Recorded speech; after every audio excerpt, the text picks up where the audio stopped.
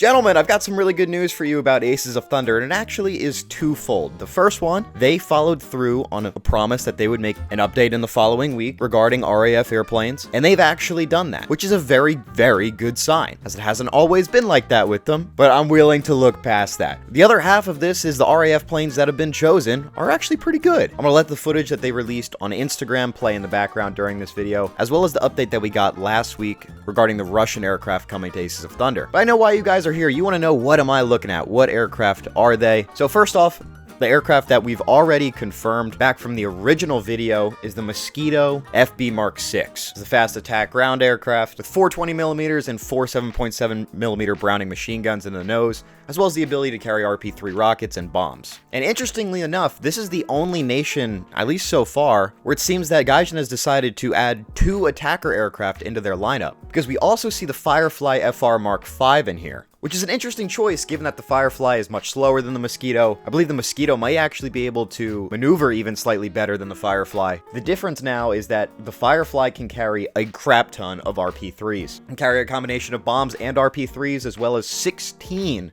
RP-3s on double rack pylons under the wings. This thing's gonna be a menace, especially with its own set of 420mm cannons. But I must admit that I've gotten something wrong. Well, sort of. In the early days of the trailers of Aces of Thunder, I confirmed the Spitfire Mark VB Trop, which is the tropical variant of the Spitfire Mark VB, and it actually featured pretty prominently in those early trailers. However, in this video, you don't see it at all. Instead, we see the Spitfire Mark VB, which I'm actually quite happy with. The Trop is just a slightly heavier version of that Spitfire Mark VB, Mark 5B, whatever, sorry. But I assume, given that we've already seen the cockpit models for the Mark 5B Trop, that it may actually be coming in the future as part of an addition to the game. By the way, all additions they've said are going to be completely free or included with your purchase of the game itself, so no paid DLC. But training, how do you know it's that trust me, I know it's this Spitfire. You can look at the undercarriage here. Shout out to the missing landing gear that they clearly ripped on takeoff. And I know it's not the Spitfire Mark 9, because as we see on the right side of this aircraft right here, you have the liquid cooling system.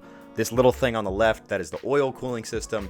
When you look at a Spitfire Mark 9, it actually has a liquid cooling system just like this one on both sides. It's sort of built into that oil cooling system on the left side, as well as the existing one being there on the right side. So what we're looking at is a Spitfire Mark 5B. Lastly, we have the Typhoon. With the cannons, by the way, this is going to be, at least according to the battle ratings in the Aces of Thunder sister game, obviously War Thunder, in Sim, the Typhoon is going to have the highest battle rating of any aircraft coming to Aces of Thunder. It's going to have a very high top speed for the aircraft coming to this VR game, as well as a very heavy hitter of 420mm Hispanos again. I think this is a great option. I love the Typhoon with those 20 mils. The thing is fun, and it will shred aircraft. I think these are perfect choice. I do suspect that Spitfire Mark 5B Trop may be coming here in the future, but as for the starting, I think this is a pretty good lineup. I know some people are going to be disappointed that the Hurricane isn't in here, but I sort of suspected that a lot of these aircraft are falling within the 3.7 to 4.7 BR ranges when you look at War Thunder for comparison. And honestly, the Hurricane would not be able to keep up with a lot of these planes. You'd just be cannon fodder. That's about it. Nothing too crazy with this. We don't see any particular game modes showing up, but we see a very nice lineup of planes. And for next week, we've actually been promised about an update for the Japanese aircraft coming to Aces of Thunder. I suspect a Zero, a Key 61, probably a Hein, definitely a B6N. We've seen that in so much promotional footage, and maybe a slightly upgraded Zero. I'm not really sure. They might even go with a twin engine, like a Key 108, or possibly the J2M2 Raiden. I hope not. That thing isn't really modeled particularly well in War Thunder. I know they're just going to port it over, but we shall see. Oh, maybe a Key 43. Oh, dude, actually a Key 43 would be really good. Anyways, we'll wait for the update next week, as they seem like they're actually coming out now. I am worried about a release date, because from everything that I've seen from them, they seem to be pretty far along in their development, and they haven't given us a date yet. And given how little general hype there is about this game, I sort of suspect that maybe one day they might just be, whoop, it's dropped. Hey guys, we dropped the game. And as a content creator, that fucking worries me, okay? I need the build up. I need to prepare myself for the videos I need to make. Anyways, that is not your concern.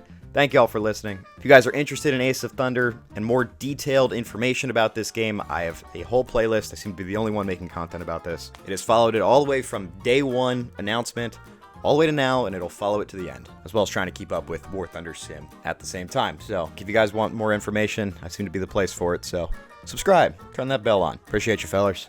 Adios.